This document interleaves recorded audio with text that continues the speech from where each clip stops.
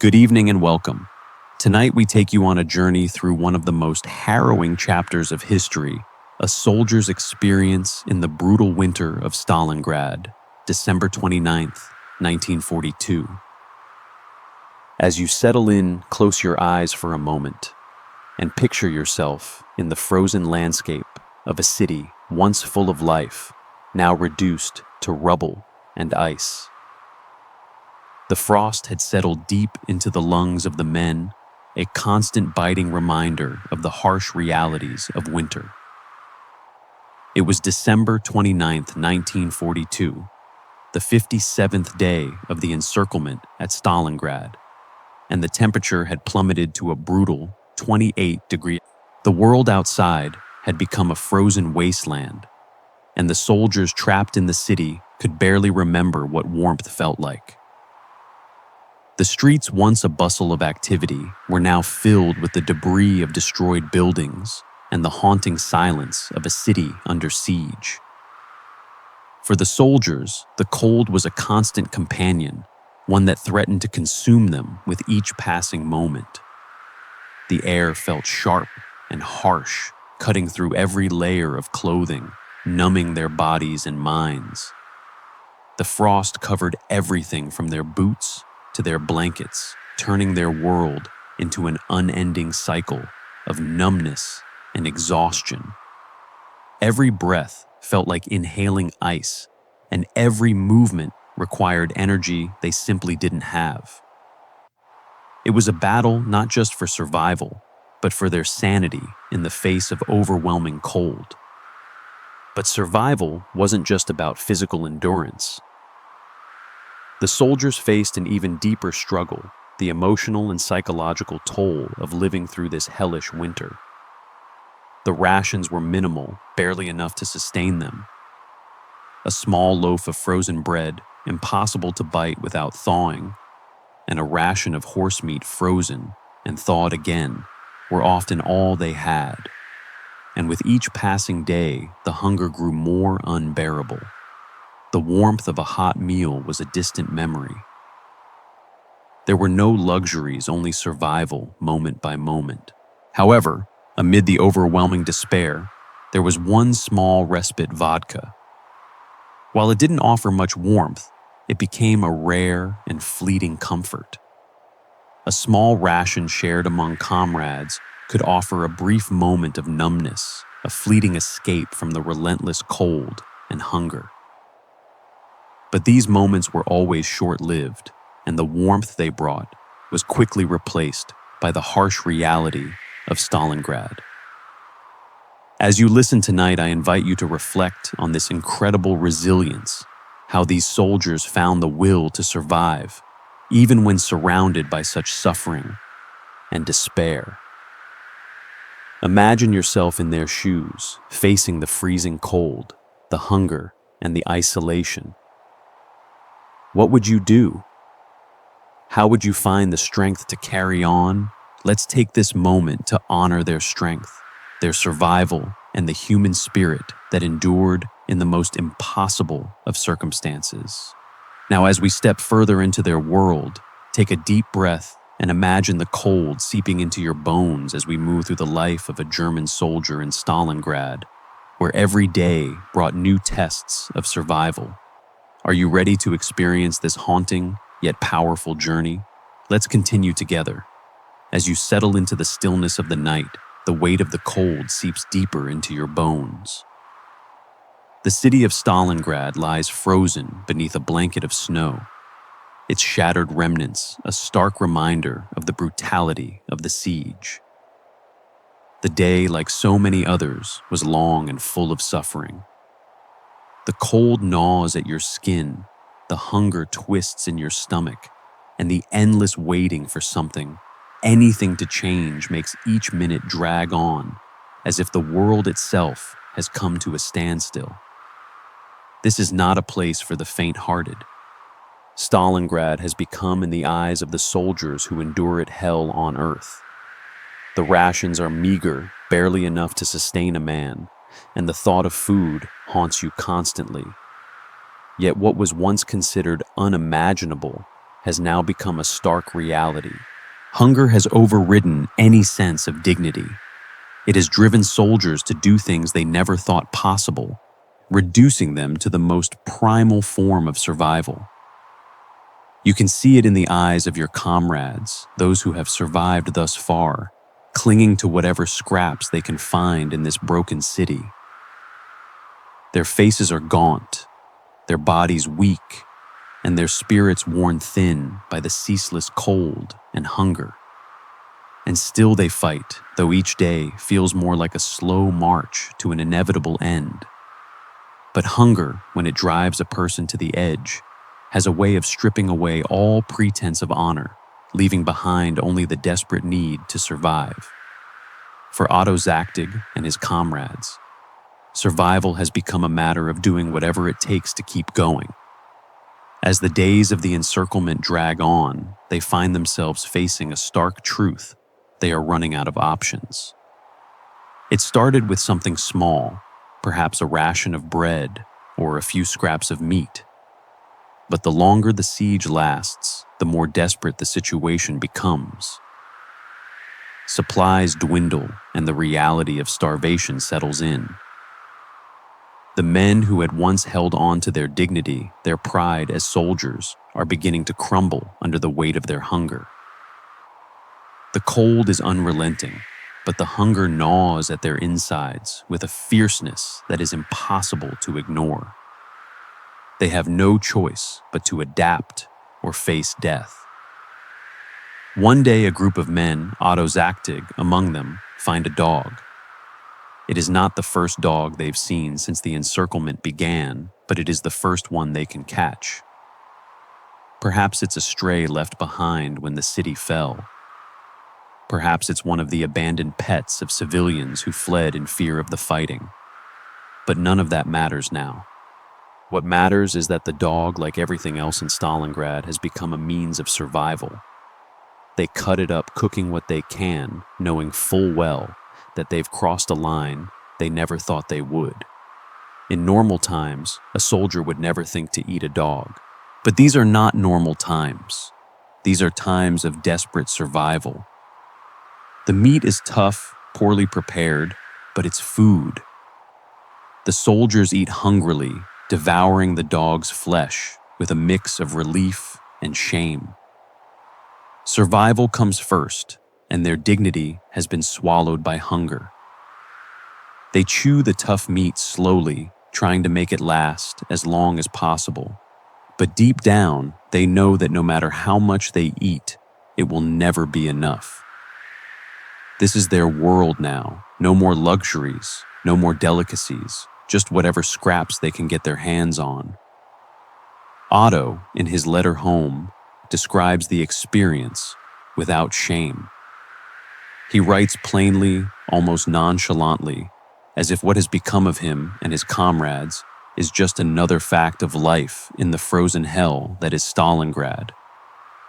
Yesterday we got vodka, he writes. At that time, we actually cut up a dog, and the vodka really came in handy. There is no apology, no shame in his words. The letter is matter of fact, as if this is just another chapter in a never-ending story of survival. I have already cut up 4 dogs, he writes, yet my comrades can't eat their fill. It is a chilling acknowledgement of how far they've fallen, how the struggle for survival has consumed them. This letter, like so many others sent from Stalingrad, is a testament to the depths of desperation the soldiers have reached. They've stopped seeing eating a dog as a moral failure. There is no room for pride or shame when the alternative is starvation. The men of Stalingrad have learned that survival is the only thing that matters.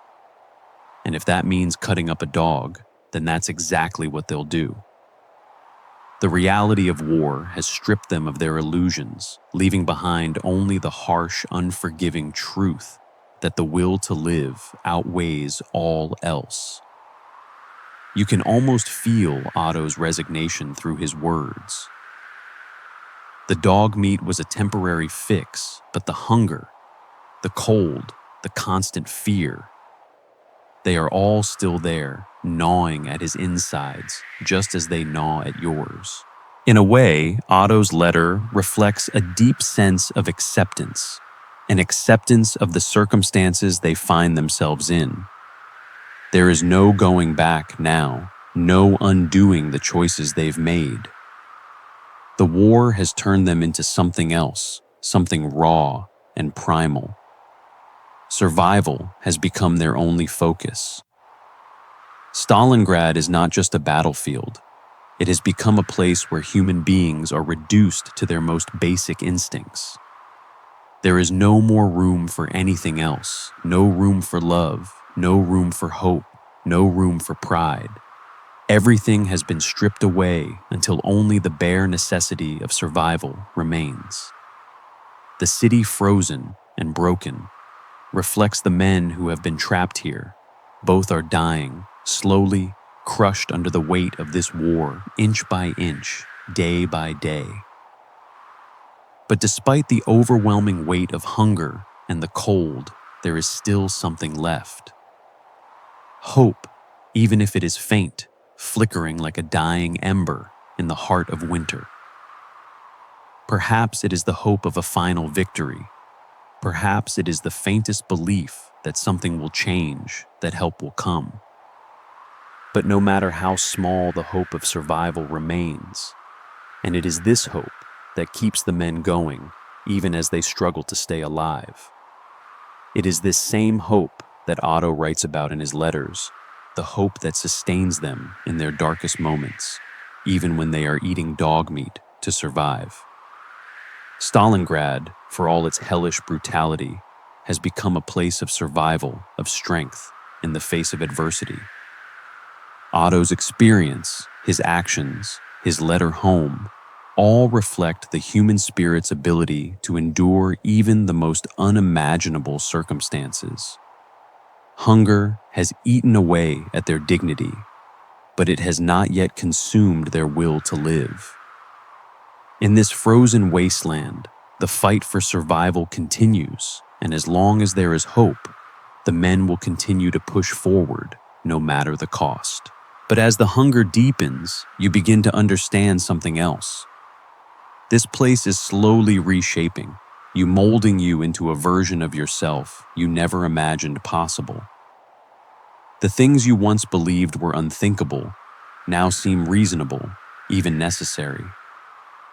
You watch Otto and the others carve away at the animal's carcass, their hands trembling from cold and weakness. And you don't feel shock anymore. You don't feel disgust. You feel something far simpler, far sharper, envy. Because they have food and you don't. You find yourself wishing you had been the one to find the dog. You find yourself imagining how its meat would taste, how the warmth might fill your stomach, even if just for a fleeting moment. You see Otto chewing his jaw, working slowly as he tries to savor every shred of warmth and nourishment. And all you can think about is how badly your own stomach aches. It's a strange feeling, realizing that hunger can strip away every layer of humanity you thought you had. You used to imagine yourself as honorable, disciplined, proud to wear the uniform. But here, in the ruins of Stalingrad, honor feels like a luxury, something that belongs to men who are warm and fed, not to those who spend every waking moment trying not to starve or freeze. Everywhere around you, the same transformation is happening. Men who once recoiled at the thought of eating anything unclean now scour the ruins for scraps. Frozen potatoes, bits of bread dropped in the rubble, even leather belts that can be boiled to create a weak, bitter broth. You've seen men fight over crumbs. You've seen men search the pockets of frozen corpses for food, as if death itself might be carrying some small mercy. And through it all, Stalingrad looms over you like a monstrous presence. Hell on earth, That's what the soldiers call it in their letters, in their murmured conversations, in the half-delirious ramblings of men drifting towards sleep. Hell, not because of the fighting, though that is brutal, not because of the constant shelling, but because the city seems determined to swallow you whole, first your warmth, then your strength, and finally your mind. You hear the wind howling through the skeletal remains of buildings, and it feels like the city itself is breathing, watching, waiting. The frost creeps into everything. It freezes your boots to the ground if you stand still too long. It turns your breath into clouds that drift away from your body as though your spirit is trying to escape. It makes your fingers stiff and clumsy until even holding a rifle feels like grasping a block of ice. And yet in the suffocating cold, in the gnawing hunger, there is another layer of desperation, the emotional toll. When Otto writes home describing the dog meat, he does not try to soften the truth. He doesn't hide his desperation or pretend he is still the man he once was. His words are plain stripped of emotion, as if the war has drained him of the ability to feel shame or disgust. You think about the letters you've written, letters you know may never reach home, letters that try to be honest, yet always fall short, because how do you explain this place to someone who has never felt this kind of cold, this kind of fear, this kind of hunger? How do you describe a life where eating a dog becomes a story you tell without hesitation? How do you explain that you are afraid, not just of dying, but of what you are becoming? But it is not just you. It is everyone around you, the whole battalion, the entire pocket.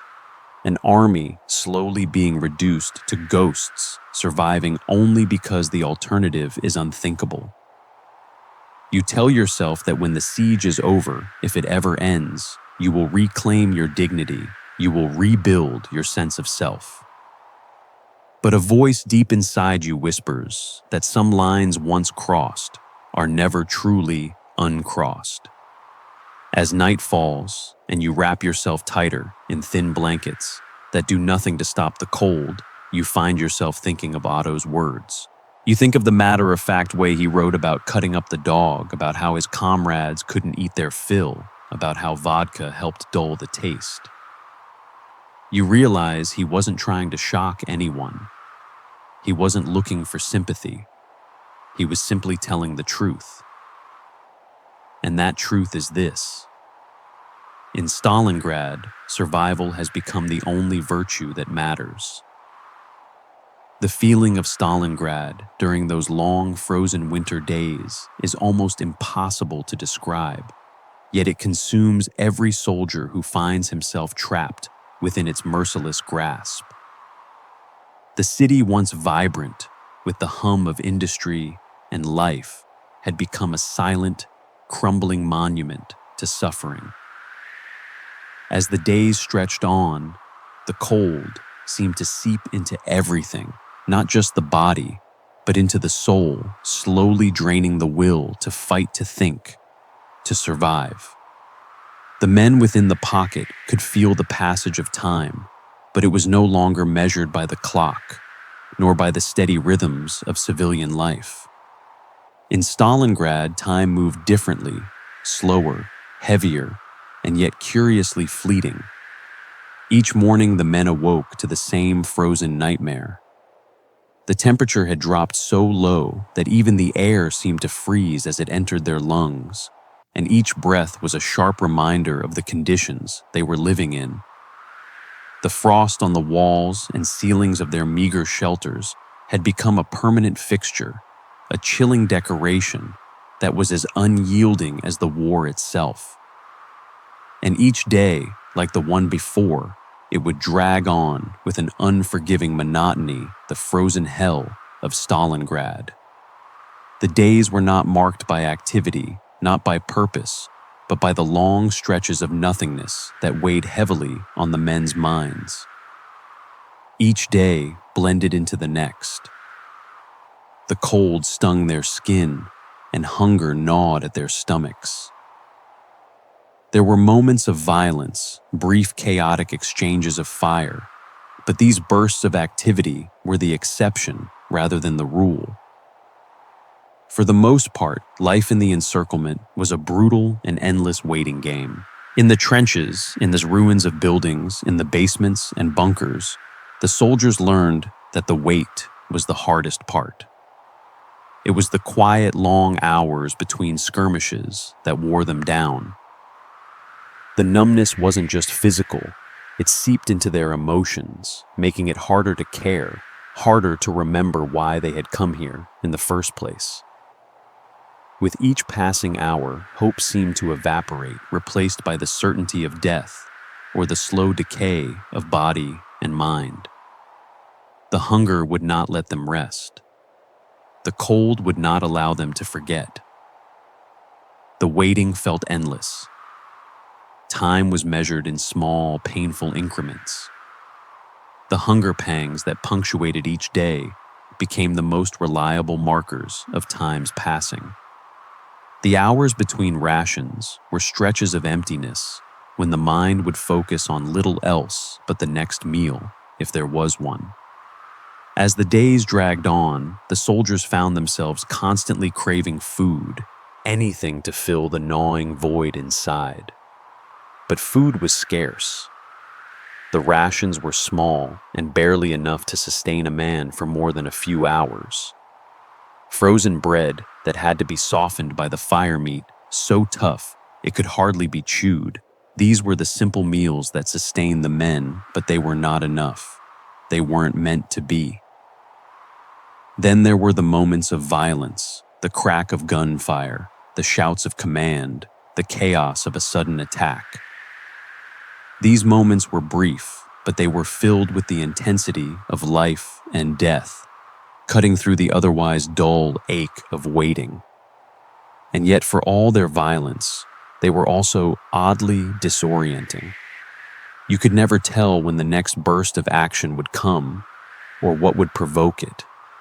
At one moment, everything would be still. Men would sit in silence, huddled together for warmth. And the next moment, a shot would ring out, and the entire world would shift into motion, frantic and confused. But when the violence subsided, the wait would begin again. The soldier would retreat into himself, into the frozen silence that enveloped everything. The cold, the hunger, and the fear of the unknown were constant companions, and they created a psychological toll that was often worse than the physical suffering. In the silence between the fighting, there was little to hold on to. No light at the end of the tunnel, no sense of purpose, only the endless stretch of time that pressed down on them like a heavy weight. This was life in the pocket, life in Stalingrad. It was a place where every day felt both the same and completely different. The city had become an alien landscape, a frozen labyrinth of rubble and death. The streets once full of life now lay in ruins, a stark contrast to the memories of a city that had once thrived. The soldiers could no longer remember what it felt like to walk down a street without the fear of snipers, without the distant rumble of artillery. The city's landmarks, now shattered and broken, stood as a cruel reminder of what had been lost. But while Stalingrad itself had become a shadow of its former self, the men who fought within its ruins had also changed. They had been reshaped by the cold, by the violence, by the despair that surrounded them. They were not the same men who had entered the city months before, brimming with confidence and purpose. The long winter had worn them down, ground them into something different, something raw and tired. The waiting, the hunger, and the cold had all conspired to erase the person they once were, replacing it with a soldier focused only on survival. In Stalingrad, survival was everything, and that was the only thing that kept you going. Survival wasn't just a physical act, it was a mental one. It was about finding a way to keep your mind from breaking under the weight of the cold, the fear, and the endless waiting. It was about focusing on the small victories, the moments when you could hold on to something human, like the memory of a home, a letter from a loved one, or the rare comfort of a brief exchange with a comrade. These moments, though small, were what kept you from losing everything. They were the threads of humanity that held you together when everything else felt like it was falling apart. But even as you clung to these small moments, you knew that they were fleeting.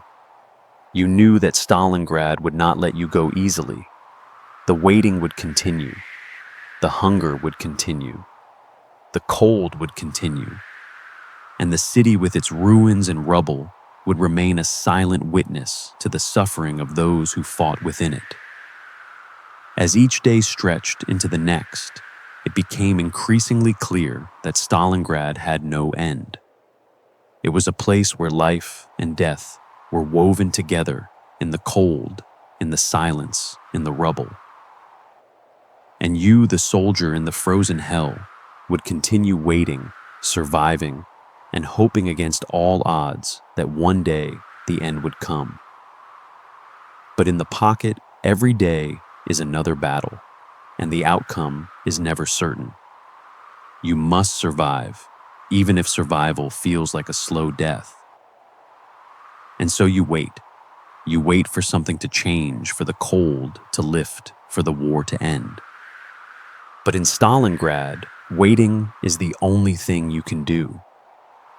Stalingrad, in its frozen and desolate state, is a city of shattered buildings, crumbling infrastructure, and empty streets.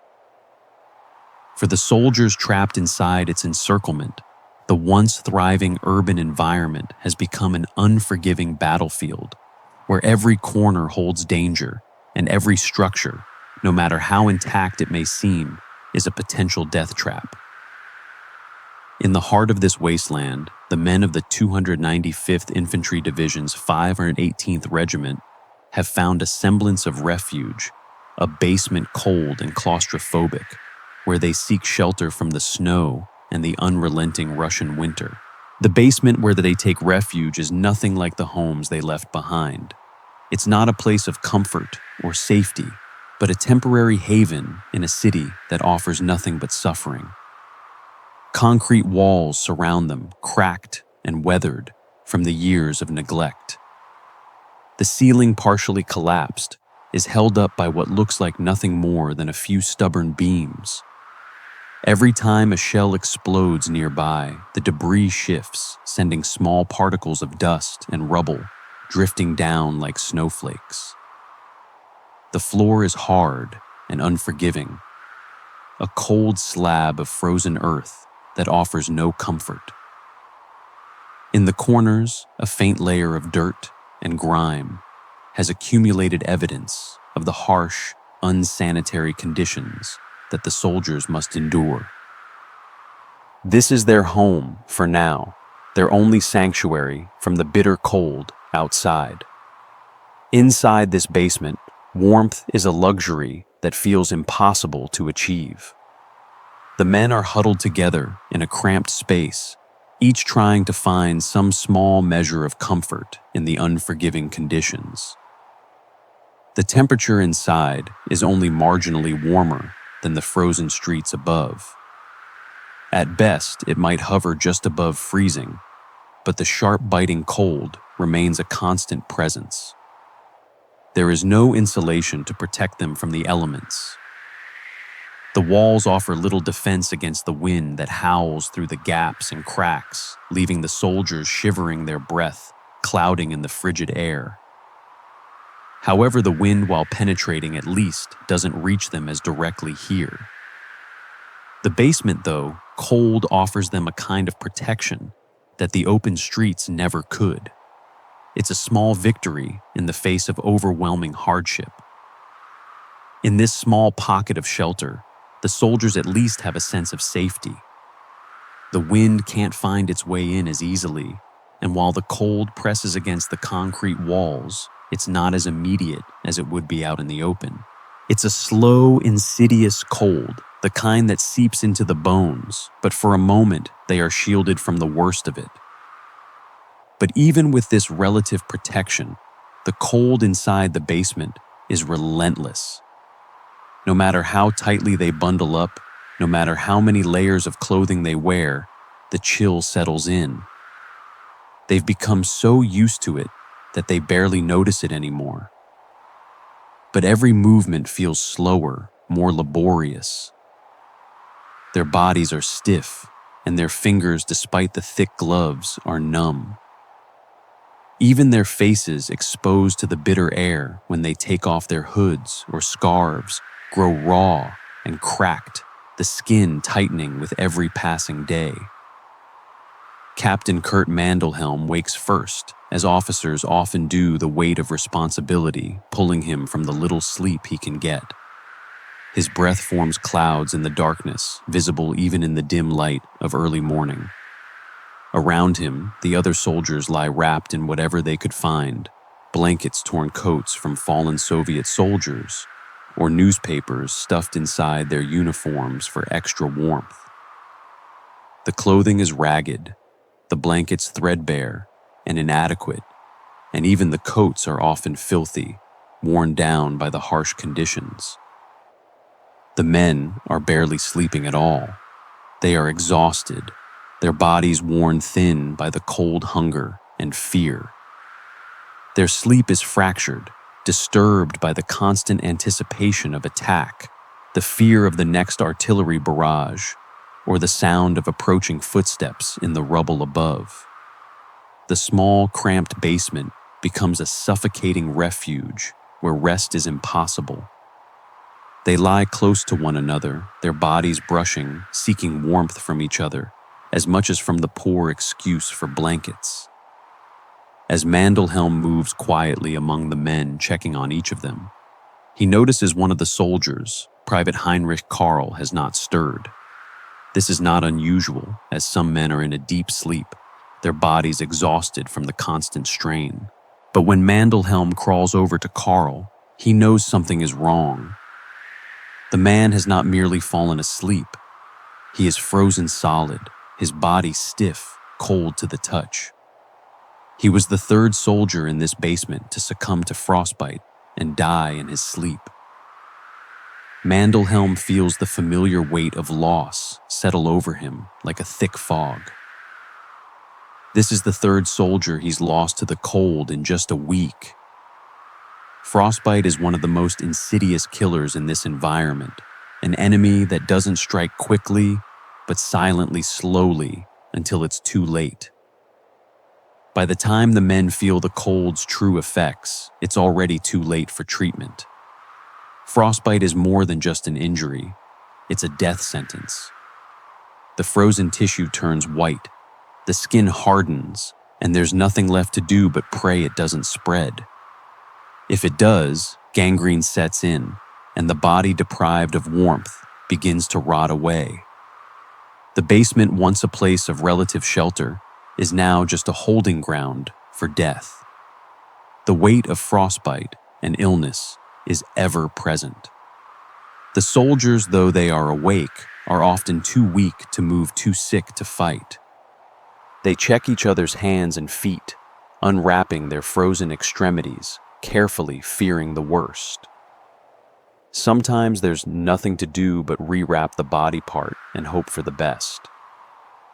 Dehydration, too, is a constant concern, as the snow must be melted over a small fire just to provide water.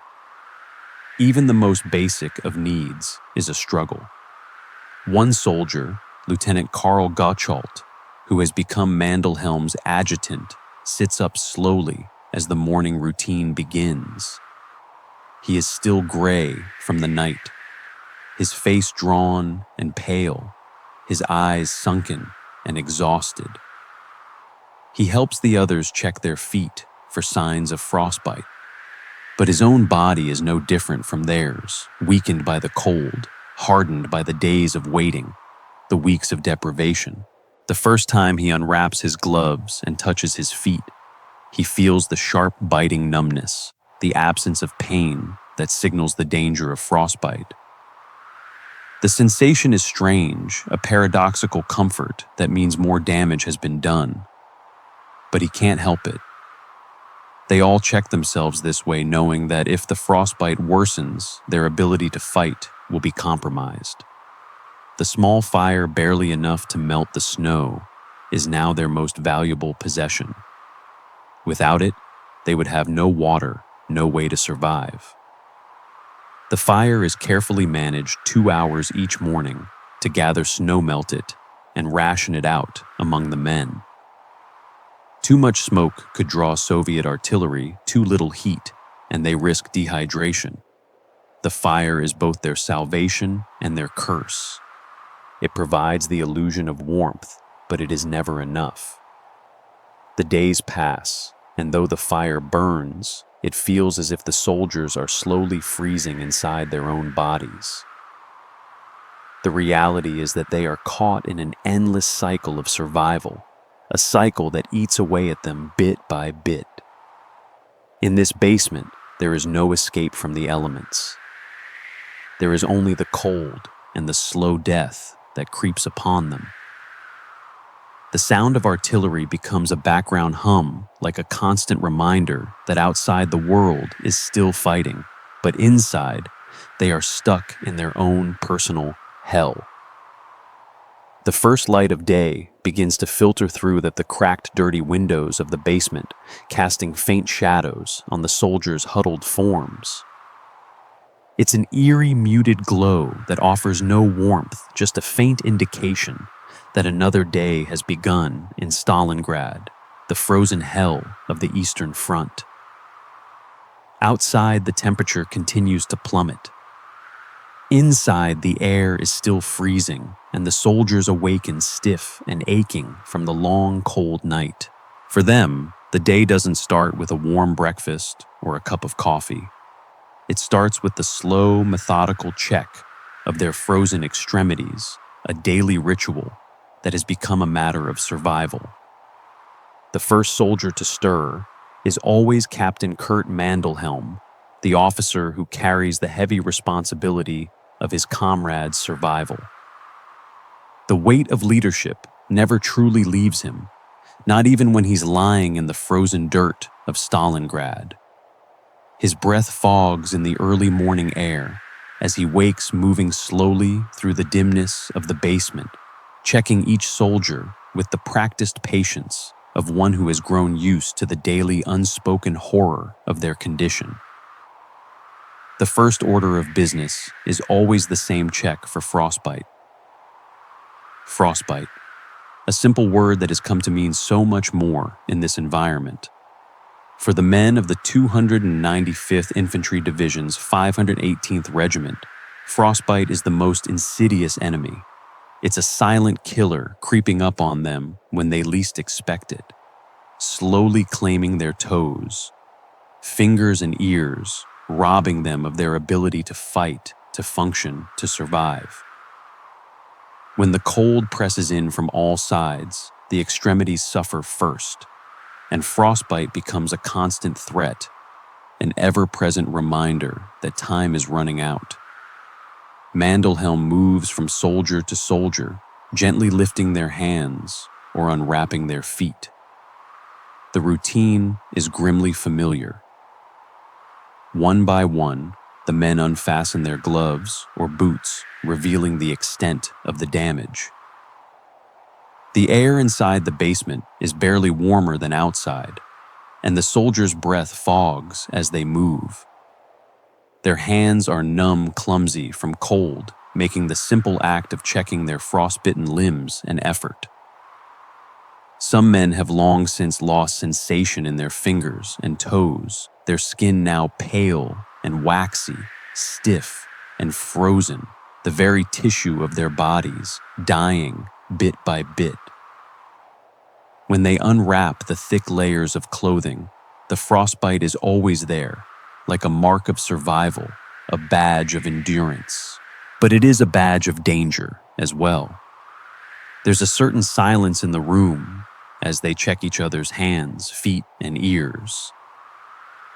Each man looks at the others with the same knowing gaze, the shared understanding that this is the routine, the only way they can ensure that their body isn't being slowly eaten away by the freezing cold.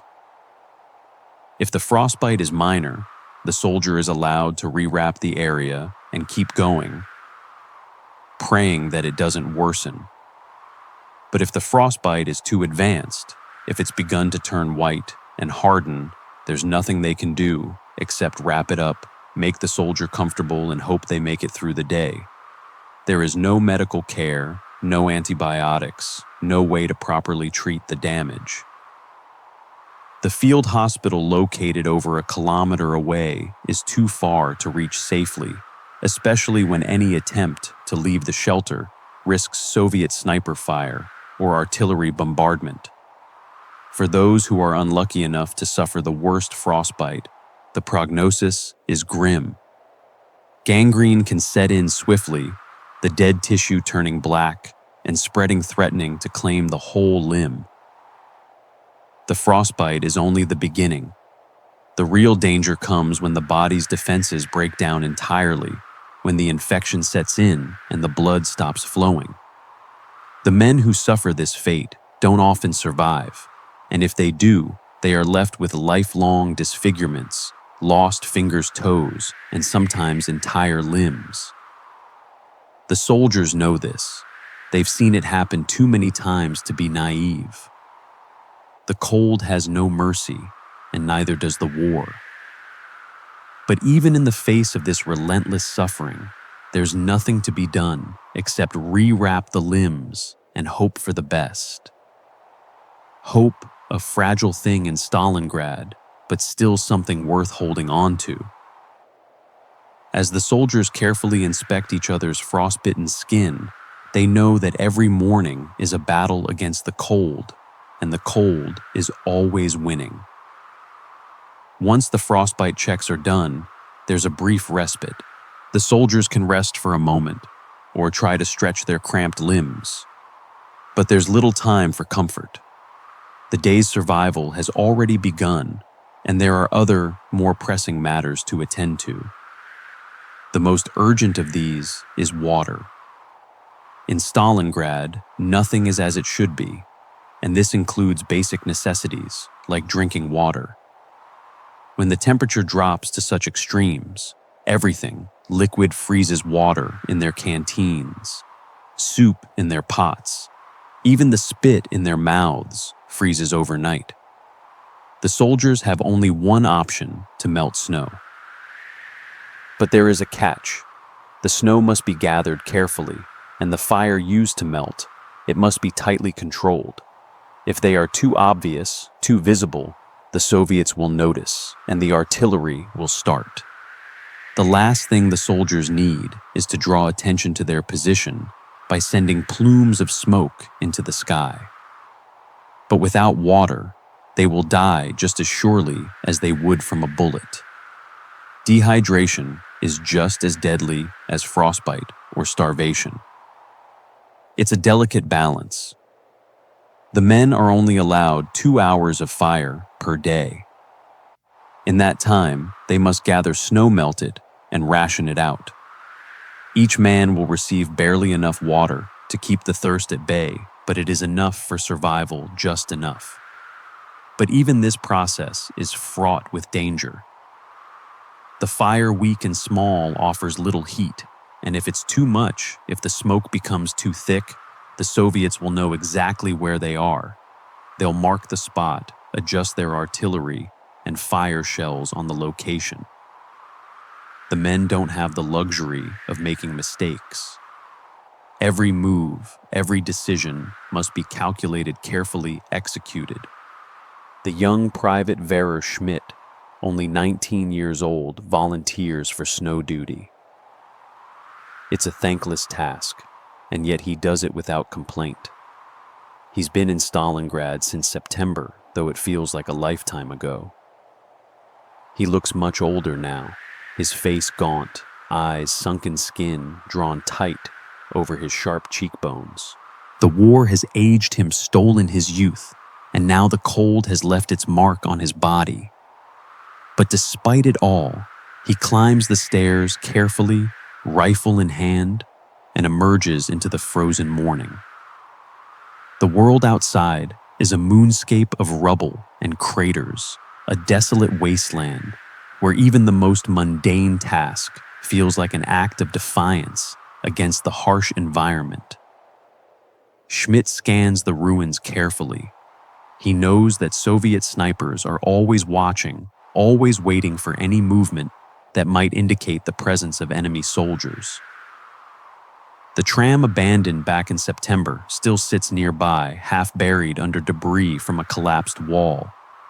Schmidt moves cautiously, watching for the slightest sign of movement, listening for the sharp crack of a sniper's bullet. And then it happens, a shot rings out, echoing across the rubble. Schmidt drops flat, his heart hammering as he tries to locate the sniper's position. Another shot follows this one, striking the tram with a metallic ping. The sniper is somewhere in the factory ruins to the north, approximately 200 meters away. Schmidt can't see him clearly, and he knows that if he can't see the sniper can't see him clearly either. But that doesn't make the danger any less real. He crawls backward, dragging the container of snow behind him until he reaches the basement entrance, then tumbles down the stairs, shaking. His hands are trembling though, whether from the cold or the fear, it's hard to tell. Inside, the fire crackles weakly and the snow is poured into the metal container, melting slowly. The men, though exhausted and hungry, can't help but feel a small sense of relief. For now, they have water. For now, they can survive. But even as they melt the snow, they know that the rest of the day will be spent just like every other, waiting for the next meal, the next battle, the next moment of fear. There is no peace in Stalingrad, no real comfort, only moments of survival. As the snow melts, the soldiers are reminded of their fragility. The smallest of things, like water, become life-saving commodities. The act of survival is a constant cycle: gathering, melting, rationing, checking for frostbite, and hoping that the next day will bring just a little more comfort than the last. But in Stalingrad, comfort is a fleeting thing, and survival is a daily choice. In the shattered ruins of Stalingrad, food has become more than a necessity. It has become a symbol of survival, an enduring testament to the soldiers' ability to cling to life, despite the odds stacked against them. Yet for the men of the 295th Infantry Division's 518th Regiment, food is a scarce and increasingly unattainable resource. Each day they receive their meager rations, frozen bread, and horse meat, but it is never enough. The hunger gnaws at their insides, an ever-present reminder of their vulnerability and desperation. The men wake each day to the harsh reality of their situation, already weak from the exhaustion of living in the encirclement. The air inside their shelters is bitterly cold, but it is the familiar sting of hunger that truly begins to press down on them. The only thing that separates them from the abyss is the small allotment of food they receive, a ration that, when divided among the men, barely sustains them. The daily rations are calculated with a cold efficiency. The quartermaster arrives at 0700 hours, his presence a grim reminder of the realities of their existence. The soldiers gather around the makeshift kitchen, their faces drawn, their eyes sunken from hunger and fatigue. There is no expectation of indulgence. The rations are minimal enough to prevent starvation, but nothing more. The food is rationed with a sense of grim practicality. 150 grams of bread, frozen solid, and nearly impossible to chew without thawing it over the weak fire. 40 grams of horse meat, a strange, unappetizing portion of tough frozen meat, barely enough to fill a stomach. There is no butter, no jam, no luxury of spices to mask the flavor. It is not a meal, it is simply sustenance. The bread is perhaps the most difficult to swallow. Frozen and hard, it requires patience and ingenuity to eat. The men must hold it near the fire, trying to thaw it just enough so that they can break off small pieces. But even then, it is not soft. The bread is dense, stale, and unyielding its texture, like chewing on a rock. When it does thaw, it sticks to the roof of their mouths, adding to the discomfort.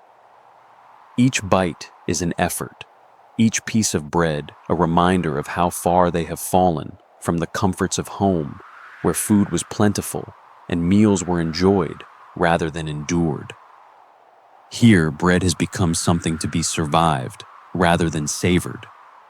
The horse meat, though more easily chewed, offers no real satisfaction. It is unappetizing tough and often carries a bitter, gamey taste that no amount of fire can fully mask. The meat has been frozen, thawed, and refrozen multiple times, making it tough and difficult to digest.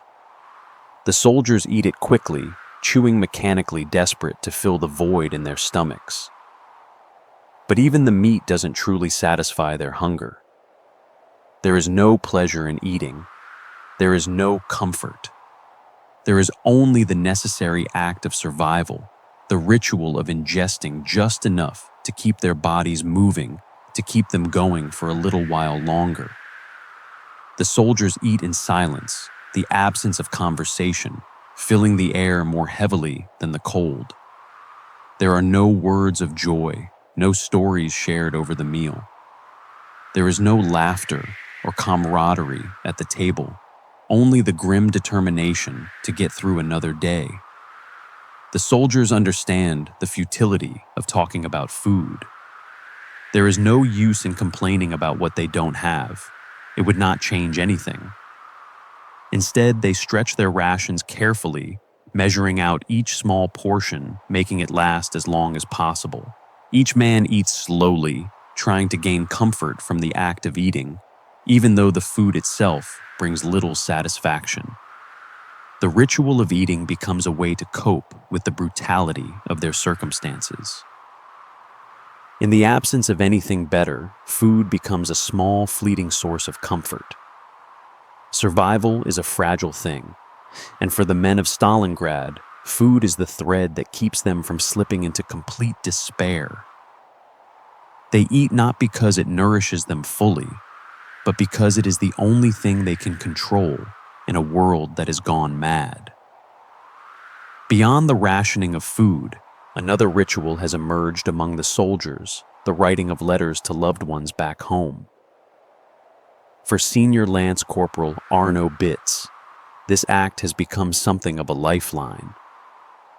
Despite the constant lack of communication from home, Bitz continues to write. The letters, though never sent, have become his way of preserving a connection to the world he once knew.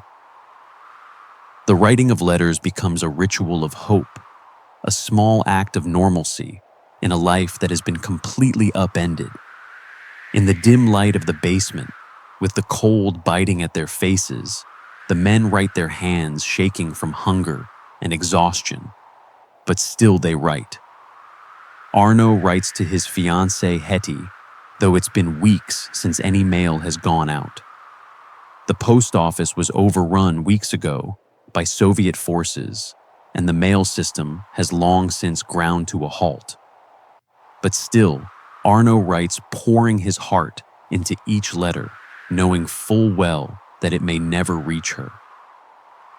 His words are filled with longing and regret, the pain of separation wearing on him like the cold on his skin. His letter to Hetty begins with the usual pleasantries, mentioning the cold, the endless war, the way the days seem to stretch into infinity. But as he writes, the reality of his situation begins to seep through. The tone of the letters, once hopeful and filled with dreams of returning home, now becomes more raw, more honest. "How wonderfully we could live," he writes, "if it weren't for this damned war. But now we have to roam around this horrible Russia. And for what, when I think about this, I'm ready to howl from annoyance and rage." It's a line that cuts through the surface-level optimism he had once clung to. The war, the cold, the hunger, and the endless waiting have taken a toll on him. The food they eat is never enough, and the silence in the letters reflects the silence of the war itself. There's little to say anymore, and as he continues writing, Arno can't help but notice the repetition in his words, the complaints about hunger, the cold, the endless fighting. It's the same every day, and the act of writing, once something filled with hope, is now a grim routine of trying to hold on to something human in a world that is slowly consuming them all. His letter becomes shorter with each passing day, the words increasingly devoid of the hope they once held. "Today's letter will be shorter," he writes one day. "There's less paper available and less to say." And yet, despite the growing futility of his situation, he keeps writing. The ritual of correspondence is all that's left to him, a way to maintain a semblance of connection to the world that once was. He doesn't even know if Hetty will ever read the letter. He may never see her again. But still he writes, clinging to the hope that someday someone might read his words and understand. For Arno, and for many of the men in Stalingrad, the letters are more than just words on paper. They are a lifeline to the past, a connection to the world beyond the ruins and the cold. In the face of hunger, cold, and despair, the letters are a small flicker of normalcy, a way to remember who they once were and who they still hope to be. In a world where everything has been stripped away, where food has become a commodity and survival a grim contest of endurance, the act of writing is an act of humanity, a reminder that even in the darkest moments, there are still small acts of connection, still small threads to the world that once was. As the soldiers finish their meager rations, the letters are tucked away, placed carefully in pockets or under blankets, where they will wait, waiting just as the soldiers do. They wait for a future that may never come, but still they hold on. In this frozen hell of Stalingrad, they survive. And in their survival, they find moments of small comfort, be it in the ritual of eating or the act of writing a letter to a loved one, trying to hold on to something human in a world where everything seems to be falling apart. The reality of war is not just physical, it's emotional, mental, and psychological, wearing down the soul just as surely as hunger and cold wear down the body. And for the soldiers trapped in the frozen hell of Stalingrad, where every day felt like a battle against not just the enemy, but against their own desperation, one small act of survival remained the writing of letters. Amid the endless cold, the gnawing hunger, and the oppressive silence of death closing in around them, soldiers like Senior Lance Corporal Arno Bitz held on to a slender thread of hope letters home. Letters that for a fleeting moment allowed them to remember the world they once knew, the world beyond the walls of Stalingrad, where warmth, food, and life still existed. In the dead of night, after the long hours of waiting in frozen trenches or damp, cold basements, Arno would sit alone, his thoughts filled with the oppressive weight of winter's grip and the constant threat of death. Yet amidst all this, he would write, trying to maintain the illusion that something normal still existed in his life. He would reach for the small scraps of paper he had saved, the remnants of old letters or orders, and with trembling hands, he would try to compose something that would make his fiancée Hetty feel the sense of hope he so desperately clung to. But as he wrote, the realities of war crept into every sentence. There were no longer any sweet nothings, no tender words of affection. The letters Arno wrote to Hetty became testaments to survival, filled with the mundane suffering of life in Stalingrad, the frostbite, the hunger, the cold that seeped into their bones and souls. He would write to her about the endless waiting for supplies, the pain of waking up to find that another soldier had frozen to death overnight, the gnawing emptiness of being surrounded by death, but still so far from the end. The letters became a way of recording the grinding repetition of their suffering as each day bled into the next without distinction. How wonderfully we could live if it weren't for this damned war, Arno would write. His words, filled with frustration and longing, were a sharp contrast to the reality he faced. At first, these letters had been full of optimism, of the belief that this war would end soon, and he would return home to Hetty to a normal life. But as the days turned into weeks, and weeks into months, that optimism faded, replaced by a grim sense of resignation. But now we have to roam around this horrible Russia, he wrote in one letter, acknowledging the futility of their situation. The hope he had once held for a quick resolution began to wither away, replaced by an overwhelming sense of exhaustion, the physical and emotional toll of war that drained him and every soldier around him of the will to keep going. Despite the growing sense of hopelessness, Arno did not stop writing. The act of writing had become in many ways his lifeline, the only thread of connection to the world he once knew, to the woman he loved, to the possibility of something more than the endless suffering. Writing allowed him to imagine a future beyond the war, even if that future seemed increasingly out of reach. It gave him something to hold on to when everything else seemed to be slipping away. It was a form of survival, a way of asserting that he was still human, still someone with dreams and desires, even if those desires seemed so distant now. But as time went on, Arno's letters began to reflect the deepening despair that gripped him and his comrades. The suffering they endured was no longer a series of isolated events. It was a repetitive cycle, one day blending into the next. There were no more stories to tell, no more small joys to write about. Each letter became a repetition of the same grim realities, the unending cold, the lack of food, the constant threat of death. His letters to Hetty began to reflect his internal struggle to maintain hope. Each word seemed harder to write, each sentence more difficult to complete. The act of writing, once a source of comfort, became a painful reminder of how far they had fallen. How many different ways can you describe being cold, hungry, and afraid? Arno wrote in one letter, a statement of frustration that cut through the usual politeness of correspondence. The words have become repetitive, even to me. The very act of writing seemed like an effort to maintain some semblance of normalcy in a world that had long since abandoned it. He realized with a deep sense of futility that no matter how many letters he wrote, no matter how many times he described the suffering he and his comrades faced, nothing would change.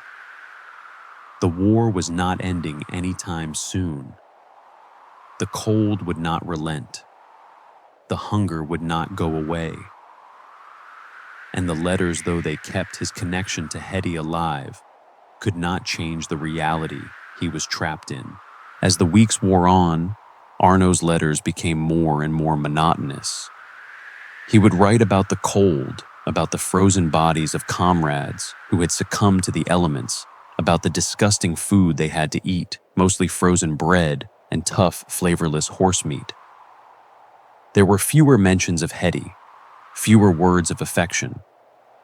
His letters had lost their former warmth, and the love he once felt for her seemed increasingly distant, as though it belonged to another lifetime, another world altogether. The war had stolen so much from him: his youth, his health, his sense of purpose, and in many ways it had begun to steal his hope. But Arno did not stop writing. Even when the words felt hollow, when the act of writing seemed like a cruel mockery of the life he had once hoped for, he kept writing. For him, it was the only way to maintain a shred of humanity. The letters became more than just an attempt to communicate. They were a form of resistance, a way to remind himself that he was still alive, still capable of love, still connected to the world he had known before the war consumed him. It was the only act of defiance he had left, writing to someone he loved, even though he knew that there was little chance his words would ever reach her. And though his letters became more repetitive, Arno never gave up on the idea that somehow the war would end and he would be able to return to Hetty.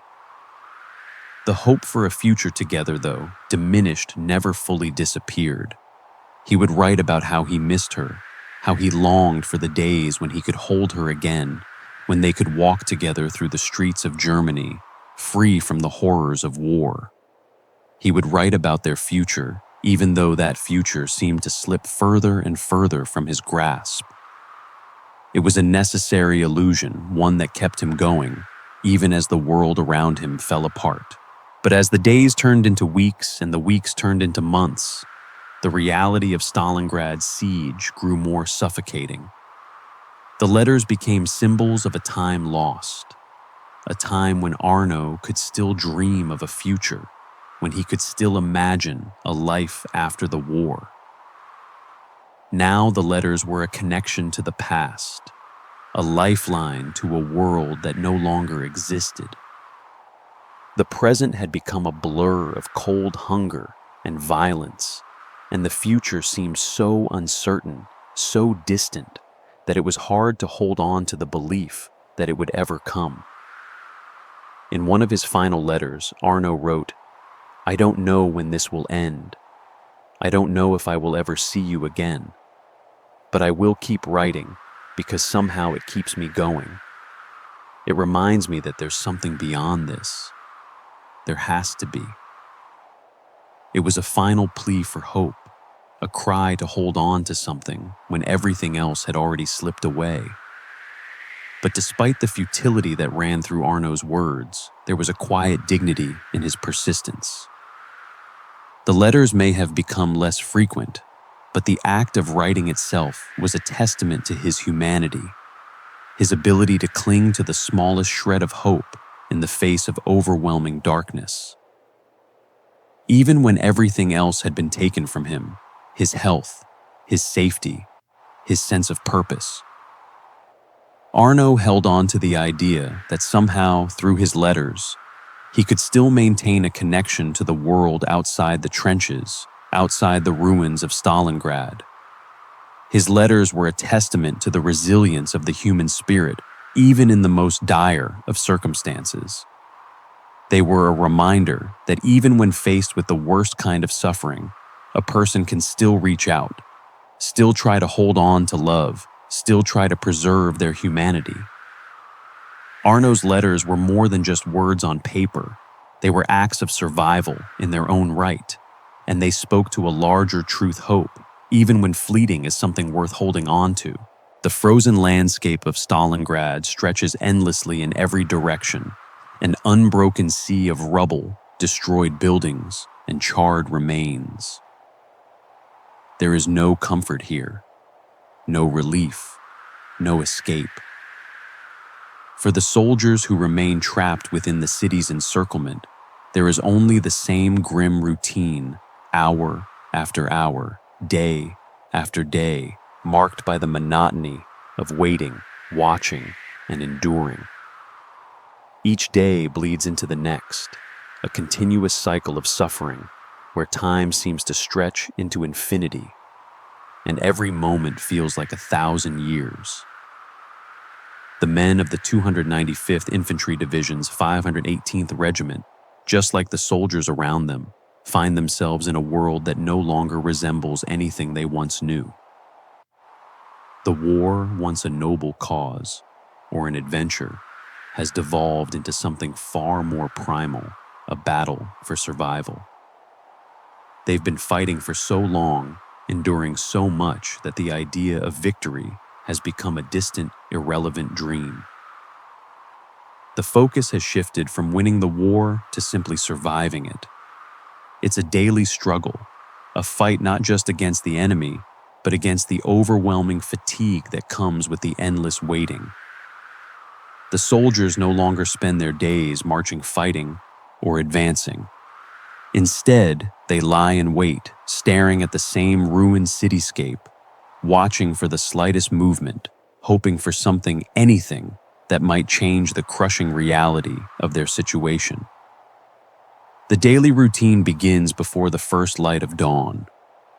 The men crawl out of their makeshift beds, stiff and sore from the cold that never relents. The concrete walls of the basement offer some respite from the wind, but they do little to protect the men from the chill that permeates their bones. The air inside the shelters is nearly as cold as outside, and the soldiers shiver as they begin their tasks. The first priority is always the same, checking for frostbite.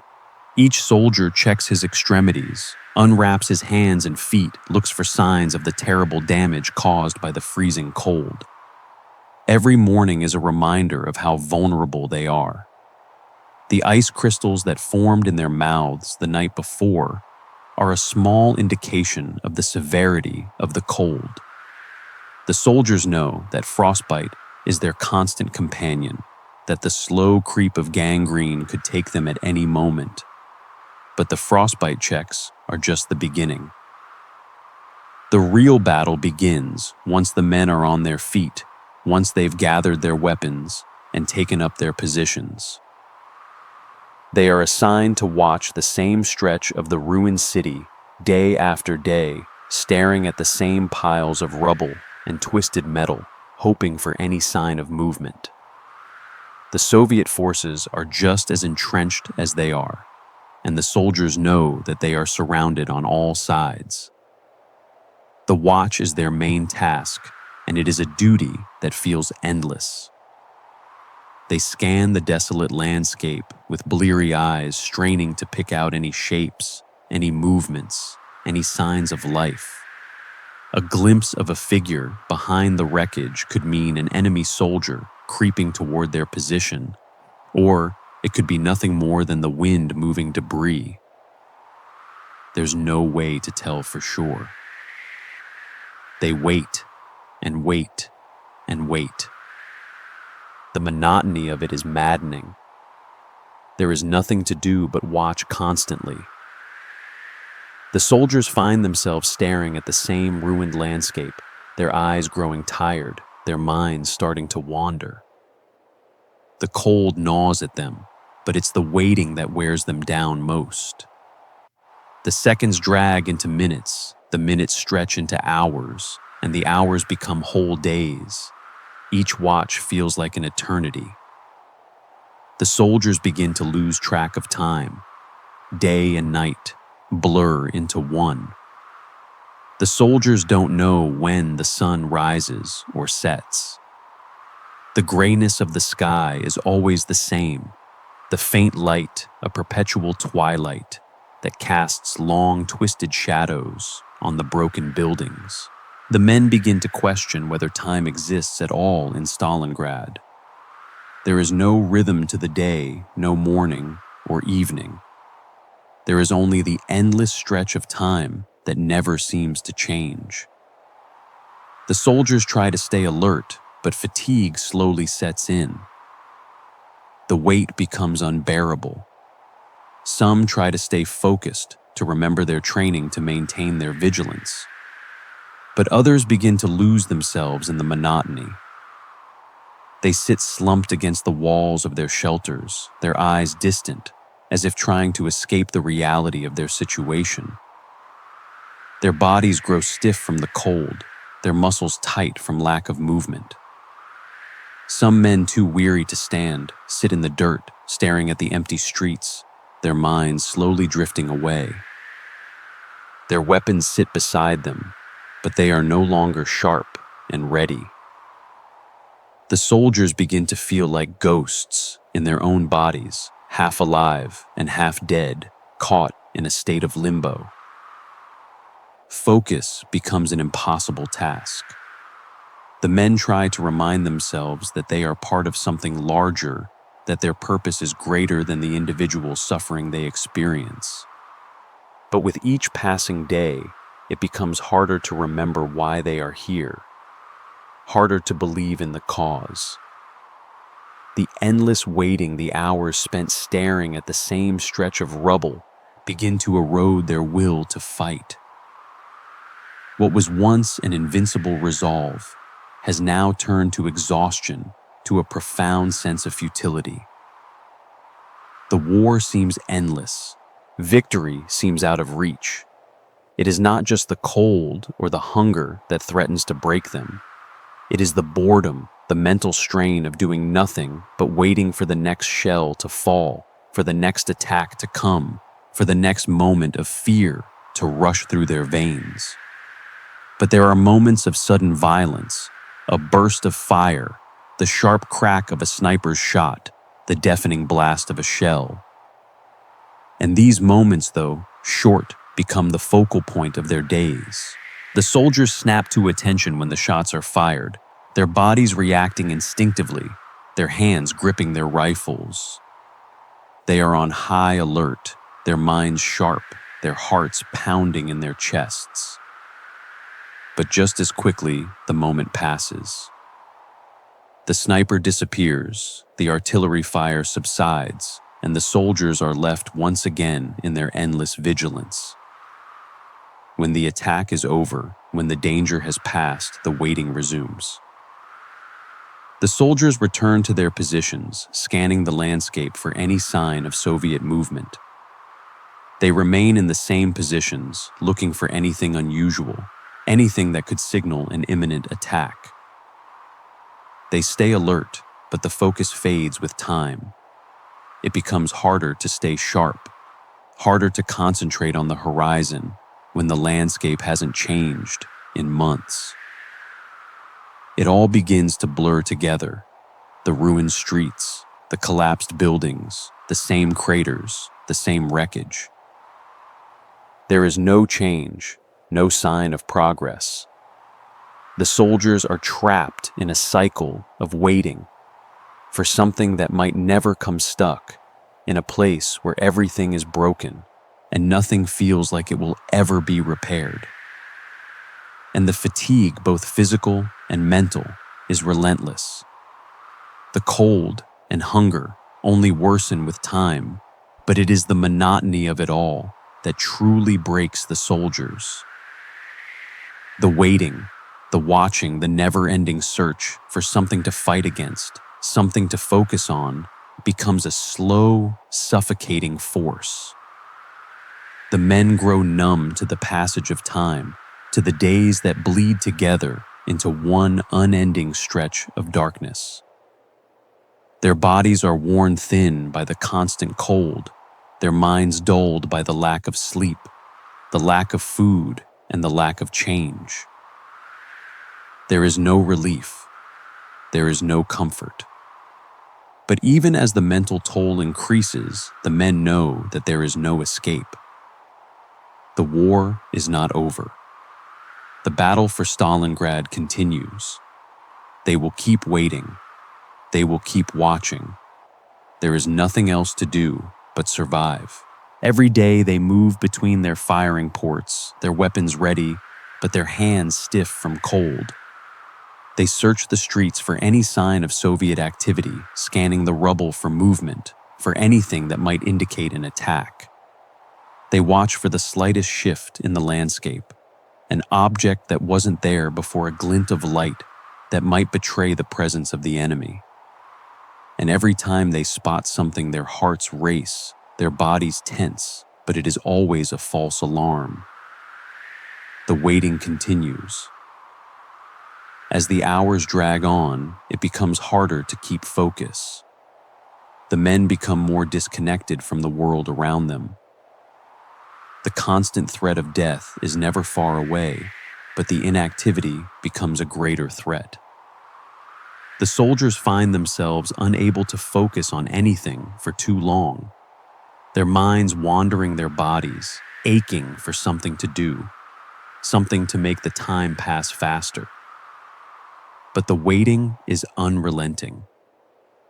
The monotony of war is its own form of torture, a slow, grinding process that wears the men down until they feel as though they are no longer living, but simply waiting to die. And yet they endure. They continue to watch, to wait, to survive. It is all they can do. The air in Stalingrad is always thick with tension, but nothing prepares the soldiers of the 295th Infantry Division for the sudden brutal onset of Soviet artillery. The morning, like every other, begins with the usual routine. The men rise from their makeshift beds, stiff and sore from the cold, the frost still fresh on the walls, the silence only broken by the muffled sounds of men groaning as they adjust to the cruel reality of another day in the frozen hellscape. But this morning, something feels different. The weather is no more or less oppressive than it has been for the past weeks, yet there is a palpable shift in the air. The men go through the motions, checking for frostbite, wrapping themselves in the same old layers of damp clothing, performing the silent ritual of trying to squeeze some warmth from the fire. For a moment, as they settle into their positions and begin their routine watch, it seems like another day like any other. But the threat of the Soviet artillery is always present, hovering just beyond the horizon. The soldiers are always on edge, their bodies tense as they peer through the narrow slits in the ruined buildings that serve as their firing positions. They wait, they watch. They try to stay alert, but most days are marked by a crushing monotony. The constant fear of an attack of sudden violence has become a background hum, part of the rhythm of life in the encirclement. But then, without warning, it begins. The first shell crashes into the street just a few hundred meters from their position. The ground shudders beneath their feet as the blast rattles through their bones, a deafening roar that sends shockwaves through the air. The soldiers don't even have time to process what's happening before the next shell comes whistling through the sky, followed by another and then another. The rhythm of the bombardment is methodical, relentless, a pounding, heartless assault on their senses. The German soldiers who have become accustomed to the constant shelling over the past months know that this is not a random barrage.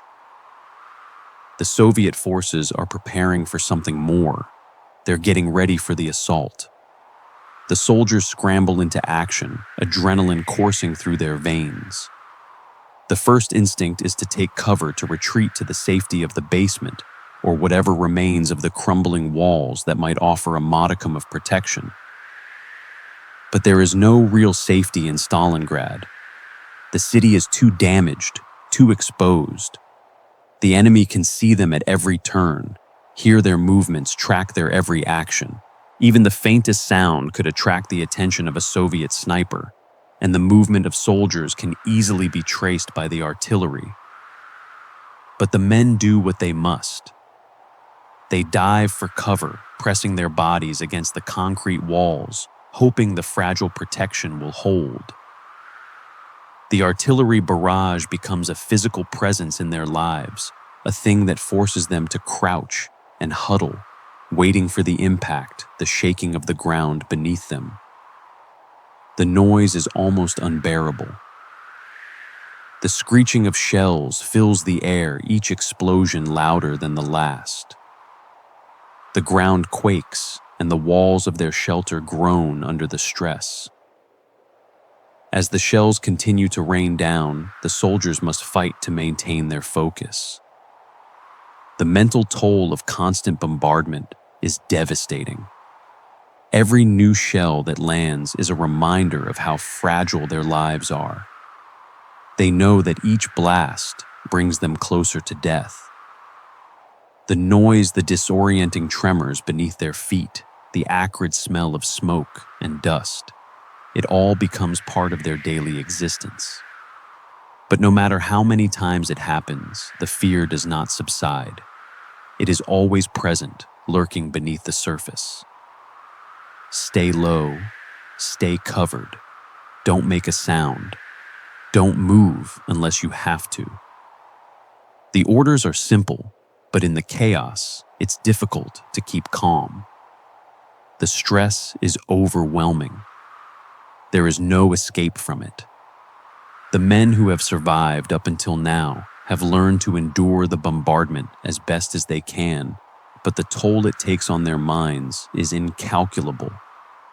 Every soldier is familiar with the feeling of fear that gnaws at the pit of the stomach, the rush of adrenaline that makes their hearts pound in their chests. But in these moments, the men realize that fear has become routine. It is a daily companion, something that has wormed its way into their very bones. The feeling is less intense now, but it is always there, simmering beneath the surface. The constant waiting for the next explosion, the anticipation of the unknown, becomes its own form of torture.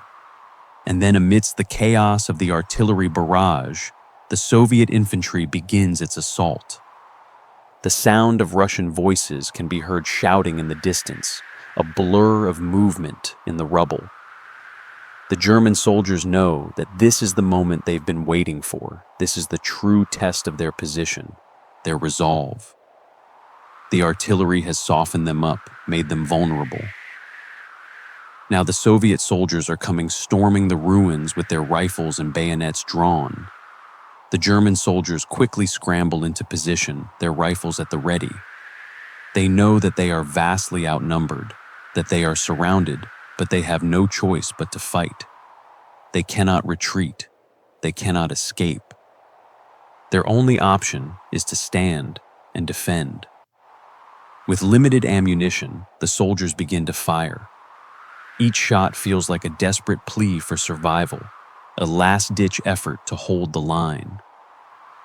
The sound of gunfire mingles with the chaos of the artillery barrage, a deafening cacophony that fills the air.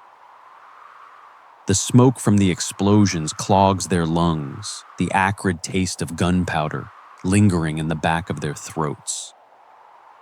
Their hearts race as they squeeze the triggers, firing in rapid succession, trying to hold back the tide of Soviet soldiers pushing forward. But the odds are against them. The Soviet soldiers are disciplined, organized, and relentless. They advance with precision, knowing that the Germans are trapped, that they have nowhere to go. Every German bullet fired is one less shot in their already dwindling supply. A shortage of ammunition becomes just one more hurdle in a war that is determined to break them. The German soldiers fight tooth and nail, trying to hold their ground, but the pressure is unrelenting. The Soviets push forward wave after wave, using their superior numbers to overwhelm the defenders. The men of the 518th Regiment fight as if their lives depend on it, because they do. The German position is slowly being worn down by the assault, each soldier holding on for as long as he can. The casualties come quickly. Grenades explode in the midst of the fight, sending fragments of metal and concrete flying through the air. The soldiers hit the ground, taking cover wherever they can find it, but some are not fast enough. The shrapnel rips through flesh and bone, and the screams of the wounded mix with the sound of gunfire. Men who were standing moments before are now lying in pools of their own blood, their lives snuffed out in an instant. There is no time to mourn the fallen. The fight goes on. One soldier, Private Heinrich Karl, is caught by the blast of a grenade, his body thrown backward by the force of the explosion. His legs are pinned beneath a pile of rubble, and his breath comes in short, desperate gasps. His comrades rush to him, but there is no time to help. The Soviet assault is still ongoing, and the pressure is relentless. They continue to fire, trying to keep the Soviet soldiers at bay, but it is becoming increasingly clear that the position is on the verge of collapse. The difficulty of survival under constant bombardment is not just physical, it is psychological as well. The soldiers know that their chances of survival are slim. The enemy is too numerous, too well equipped. But they fight anyway, not because they believe they can win, but because they know there is no other choice. The only thing they can do is resist, even if it's for just a few more minutes, a few more seconds. As the battle rages on the casualties mount, Private Schmidt, who had been positioned at the northern firing port, is struck by a Soviet bullet that hits him just below the collarbone, tearing through his flesh and exiting through his back. The wound is serious, but not immediately fatal, but without proper medical treatment, it will likely become infected. He collapses to the floor, clutching at his wound, gasping for breath, but there is no time to stop and help him. The men continue to fight, their focus solely on holding off the Soviet assault. The fight drags on for what feels like an eternity. The Soviet soldiers continue to press forward, their advance slow but steady. The German soldiers are growing weaker, more exhausted, but they fight on. Their ammunition is nearly gone, their bodies are battered and bruised, but they refuse to give up. The position must be held at all costs, even if it means dying in the process. By the time the Soviets retreat, the German position is in shambles. There are dead and wounded men everywhere, scattered across the debris-filled streets, their bodies broken and bloody.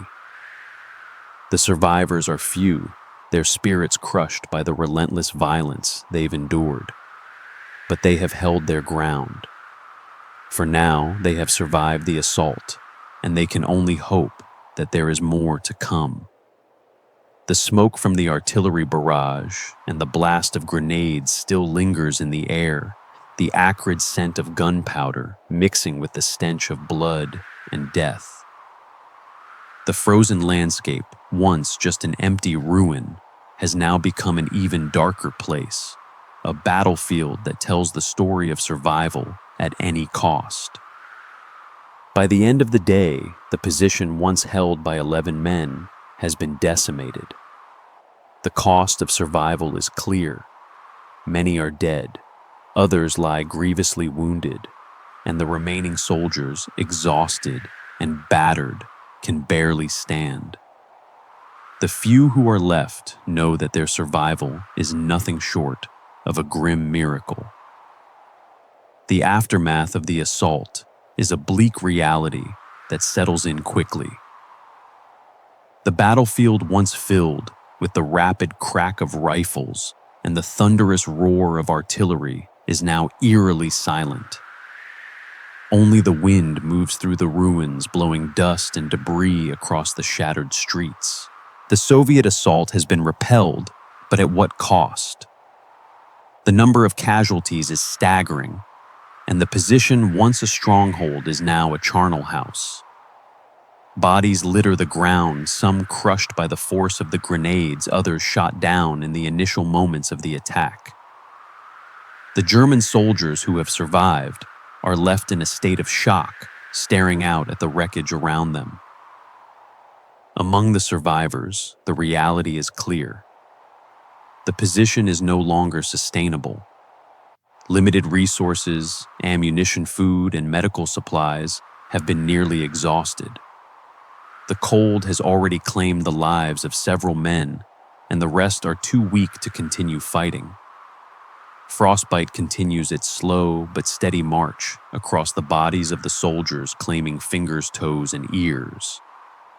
The urgency of survival grows with each passing moment, but there is little hope that any reinforcements will arrive in time to save them. The soldiers who are still conscious know that their position is on the verge of collapse. Every second that passes brings them closer to the inevitability of death or surrender. As the soldiers begin to assess the damage, their minds struggle to come to terms with the loss. Private Schmidt, though severely wounded, is still alive, though he has not yet fully processed the weight of the events that have unfolded. The bullet wound to his chest has bled heavily, and despite the makeshift bandage applied by his comrades, the injury is beginning to fester. Schmidt's face is pale, his body trembling, but he clings to the idea that he will survive, that somehow help will come. Yet deep down, he knows the truth. There are no reinforcements. There is no escape. Death is waiting, and all he can do is endure it for as long as he can. Hoffman, the unfortunate soul pinned under the rubble, has not been so lucky. His legs are crushed, a victim of the building collapse that occurred when a shell hit the structure above them. The blast had knocked him to the ground, and when the dust settled, he was buried under a heap of concrete and twisted metal. His screams for help had echoed through the air, but by the time his comrades had managed to reach him, it was clear that he was beyond saving. His legs, twisted at impossible angles, had been crushed by the weight of the debris. Blood pooled around him as the cold began to take hold, frostbite setting in on his exposed skin. Though his comrades had tried to comfort him, there was no real hope left. By the end of the day, Hoffman's body had stopped fighting, and he passed away from a combination of injuries, frostbite, and the unrelenting pressure of the building collapse. The rest of the soldiers gather around, trying to make sense of the situation. Captain Mandelhelm, who has always been the pillar of their group, feels the weight of leadership more than ever. His comrades look to him for answers, for guidance, but there are none to give. The position is lost. They have no ammunition left to defend it, and the bodies of their fallen comrades weigh heavily on their hearts. There is no hope of victory, only the bitter knowledge that survival is a fleeting illusion. As the hours stretch on, the men begin to collect the dead, their bodies stiffening in the cold. They wrap them in whatever scraps of cloth they have left, trying to give them some semblance of dignity in death. The reality of their situation is clear. Stalingrad has become a graveyard, and their chances of surviving the coming days are slim at best. The thought of retreat is a distant, unreachable possibility. There is no way out. The world outside is just as unforgiving as the hell they are trapped in, and the Soviet forces will only tighten their grip. But survival is not just about the external threat. The psychological toll of the day's events has begun to set in. For the men who remain, the fear of Soviet reprisals weighs heavily on their minds. They know that if they are captured, they will be sent to Soviet prison camps where they will face the horrors of starvation, disease, and brutal treatment. They are fighting not just for survival, but for their very humanity. The fear of surrender is as real as the fear of death. To give up is to accept an even worse fate, one that they are unwilling to face. And so they cling to the only thing they have left, their guns, their comrades, and the fleeting hope that somehow they will survive. Yet even as the men prepare for the next wave of battle, a silent truth begins to creep in. The battle is no longer about territory or strategy. It is about enduring the slow collapse of their bodies and their spirits. The mental fatigue is worse than the physical exhaustion. The constant bombardment, the freezing cold, the hunger. These things are relentless, but it is the waiting for something to change that gnaws at them more than anything else. It is the monotony of survival that wears them down day after day. The wounded soldiers are not the only ones feeling the weight of the situation. The soldiers who remain uninjured are beginning to show the signs of the mental toll that the war has taken on them. They are exhausted, their minds growing dull, their nerves frayed. They are beginning to break down, their hope slowly slipping away, replaced by a weary acceptance of the situation. The faces of the soldiers become more distant, their movements more mechanical. Each soldier is struggling with their own internal demons, and the lack of communication with the outside world only makes it worse. Private Schmidt, whose wound is now beginning to fester, lies against the cold stone wall of the basement, his mind slipping in and out of clarity. His fever rises as the infection from the bullet wound takes hold, and he can feel his strength draining away. Yet despite everything, he still manages to hold on to the faintest shred of hope. The hope that maybe, just maybe, he will survive long enough to see the war end. But that hope grows weaker with each passing minute, each hour of waiting. His breath becomes shallow as his body struggles to stay alive. He feels himself slipping, and yet there is nothing he can do but wait. The slow march toward death has begun, and all he can do is endure it. Meanwhile, Mandelhelm, the captain, moves from man to man, checking on each soldier, offering a few words of comfort when he can. His own face is haggard, worn from the stress of leadership and the constant strain of the siege. He knows that the men are slipping away, not just physically, but mentally. The weight of responsibility is heavy on his shoulders, and the knowledge that there is nothing he can do to save them is a crushing blow. He feels the loss of his comrades deeply, but there is no time to grieve. The war has taken too much from him already, and he must continue to fight, even as everything around him falls apart. By nightfall, the situation is even worse. The last reserves of ammunition are depleted, and the men are left with only their bayonets and their desperation. The Soviets are closing in, and the sound of artillery fire grows louder with each passing hour. The men know that their chances of survival are slim, but they continue to hold their position, not because they believe they can win, but because it is the only thing left to them. They fight not for victory, but for the hope that somehow they will endure long enough to escape the jaws of death. But as night falls, the reality of their situation becomes all too clear. The survivors are few, and their strength is nearly gone. The position is no longer defensible, and the soldiers are left with nothing but their will to survive.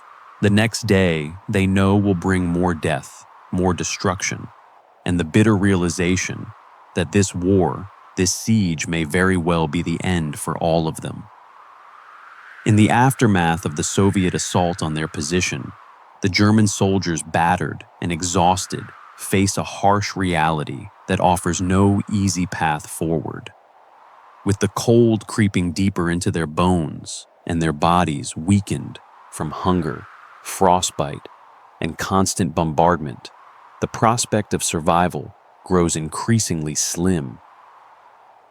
The shattered remnants of their position stand as a grim testament to their courage.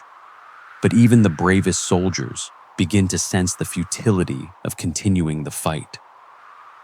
The battle is no longer about victory, but about the very struggle to exist, to simply live another day. As the smoke from the previous day's bombardment still hovers in the air, and the sounds of war fade into a distant hum, the soldiers are once again thrust into a dilemma that threatens to tear apart the fragile resolve they have left surrender or die. The choice is forced upon them by the loudspeakers of the Soviet army.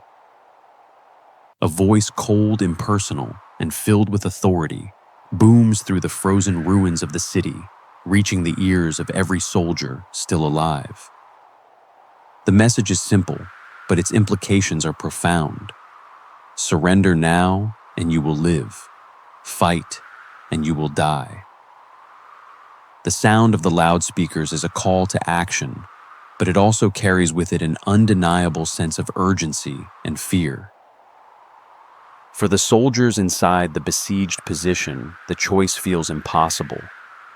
Surrender is a bitter pill to swallow, one that comes with the heavy knowledge of what Soviet captivity means.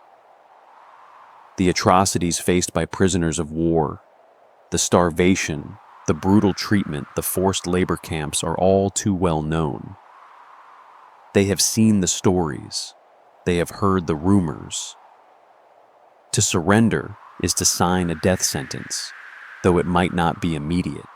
The brutality of Soviet POW camps, the freezing conditions, the grueling labor, the torture, it all adds up to an existence that is far worse than death itself. And yet the soldiers' instincts for survival are strong. The offer to surrender, despite the horror it carries, is tempting. Hope for survival lies in the offer. After all, to continue fighting in such dire conditions seems almost pointless. The situation has deteriorated to a point where there is no longer a sense of victory to be won, only an ongoing struggle to stay alive.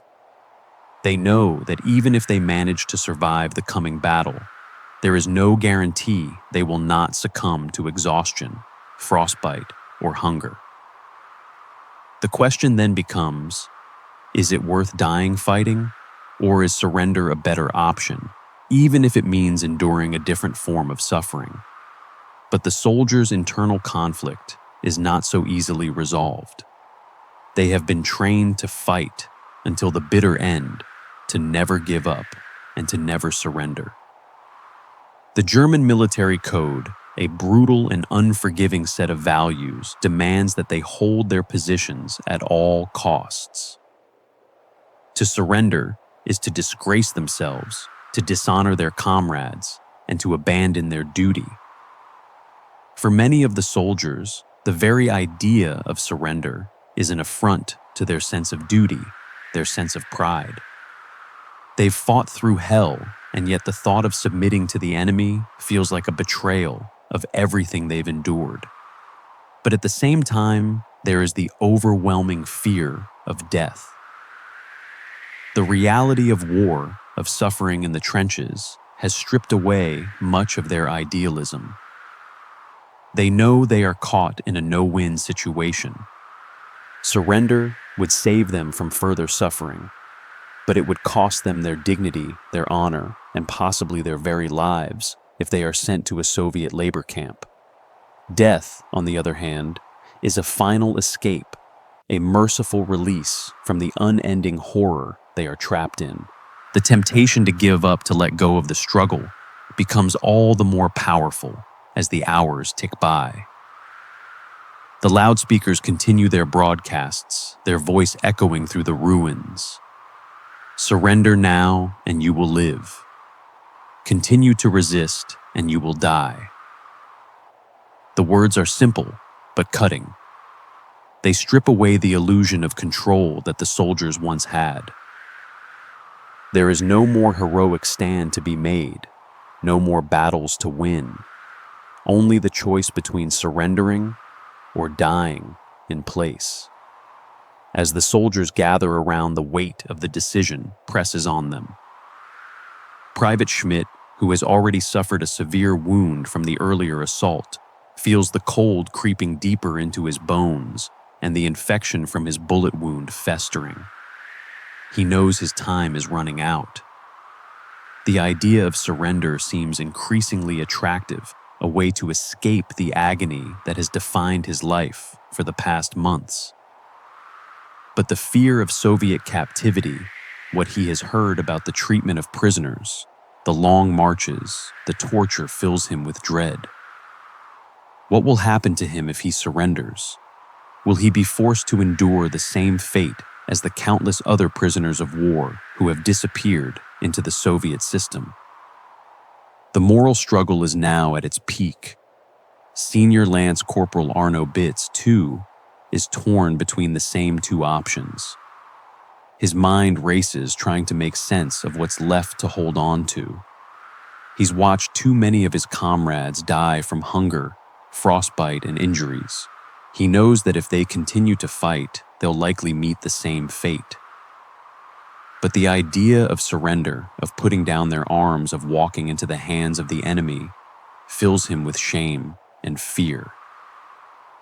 The battle has already taken so much from him: his hope, his comrades, his health. To surrender feels like the final betrayal of everything they've endured. Captain Mandelhelm, the officer who has seen his men through battle after battle, finds himself facing the same dilemma. As the men look to him for direction, he knows that the right answer is not so clear. His duty to his comrades, to his country, weighs on him, but the realization that the position is no longer defensible gnaws at him. He knows that their supply lines are gone, their ammunition is nearly depleted, and the Soviet forces are too strong to defeat. The only option left is to hold out in the hopes of reinforcements. But even that is a pipe dream. The Sixth Army is crumbling, and there is no chance of rescue. Surrender seems inevitable, but how can he give the order? How can he ask his men to give up when they've fought so hard for so long? In the end, it is not a moment of heroism or bravery that defines the decision to surrender. It is the grinding weight of exhaustion and fear. The soldiers know that they have fought and endured to the best of their ability, but they also know that their resources are gone. The Soviets are relentless, and their position is unsustainable. The thought of dying slowly, starving, or freezing to death becomes a greater fear than the prospect of facing Soviet captivity. The soldiers' resolve is broken not by the enemy, but by the unforgiving conditions they have endured for so long. The horror of their situation outweighs the shame of surrender. And so the decision is made. The surrender begins. The soldiers who are still able to stand raise their hands, white flags, tied to the barrels of their rifles. It is not a victory. It is not even a relief. It is simply an end. They know what awaits them. Soviet prisoners of war are not treated with kindness, and the men know they will face hardship and brutality in the coming months or years. But for now, they lay down their weapons, and in doing so, they choose survival, however brutal it may be. As the Soviet soldiers approach, the men can't help but feel a sense of relief, but it is a fleeting one. The fear of captivity looms large, and the suffering they will face in Soviet hands is a fate worse than death for some. But the moral struggle they face is over. In that moment, they realize that they've chosen life at any cost, even if it means enduring the cruelty of captivity. They are no longer soldiers, they are prisoners. And the war for them has ended not with the honor of battle, but with the bitter acceptance of surrender. As the day winds to a close, the soldiers of the 295th Infantry Division's 518th Regiment are left to reflect on the cost of survival. Their bodies are broken, their minds weary, but still the fight continues. The Soviet artillery has stopped. For now, the sniper fire has eased, and the sounds of battle that filled the air just hours ago are now replaced by an eerie silence. Yet even in this brief respite, the toll of the day is undeniable. 5 comrades lie dead, their bodies still warm in the frozen rubble, while the rest of the men carry wounds, some visible, others not. Private Schmidt, who had endured so much, already struggles with the fever from his bullet wound. Hoffman is gone, his body crushed by the weight of a collapsed building. The cold claims more lives with each passing moment, and as night falls, the survivors are left with the question that haunts them all. How much longer can we go on? The soldiers have fought, suffered, and endured. Their bodies are battered, frostbitten, starved, and bruised from the endless violence. Their minds, too, are fraying, worn down by the relentless waiting, the months of inaction, punctuated only by bursts of terror. But their resilience is beginning to wane. They no longer see themselves as soldiers in the same way they once did. Survival has become the only goal, not victory, not glory, not the honor they once thought they were fighting for. The battle has stripped away all illusion. What remains is the raw, brutal struggle to stay alive. The idea of heroism feels distant, like something from another life, and even the most determined soldier knows that the end is inevitable. The only question left is how long can they endure it? And yet, despite everything, the fight continues. The soldiers who remain stand ready to face another day, knowing that there is no relief in sight. The Soviets are still there, just out of sight, preparing for the next assault, the next wave of violence that will tear through their ranks. The air is thick with tension, a palpable sense of dread that hangs over them like a storm cloud. Each moment feels like an eternity, but still they remain. They have no choice. They cannot stop fighting, not yet, not until their last breath. As night falls over the shattered city, the soldiers prepare for what comes next, whether it be another assault, another round of artillery fire, or simply the grinding monotony of waiting. The day has been a blur of violence, fear, and loss, and the night promises nothing more than cold and exhaustion. They will huddle together in the broken remnants of buildings, the cold seeping into their bones, the hunger gnawing at their insides. The dreams of home are distant, now fading with every passing moment. The truth of war is never the heroics portrayed in the stories told back home. It is not the dramatic charge of battle or the grand victories that are remembered for generations. No war, as these soldiers know. It is a slow, agonizing grind, a series of small moments of terror, punctuated by the occasional lull. It is the endless waiting, the waiting for an end that never seems to come. It is the suffering that becomes so constant that it is no longer even noticed, it just is. War is the grind toward death and survival, a relentless cycle that breaks men, mind, and body until there is nothing left but the will to keep going. And so the soldiers continue. The day ends, but the fight does not. They know that tomorrow will bring more of the same, more cold, more hunger, more death. But for now, they are still alive.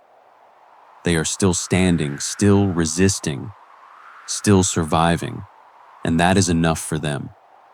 For tomorrow and the next day and the next they will continue. The fight may not end for them, but it must end someday. And until that day comes, they will hold on one more breath, one more step, one more day. This is the reality of war, not a dramatic struggle of heroes, but a painful, endless journey towards survival. And in that journey, survival itself becomes the heroism.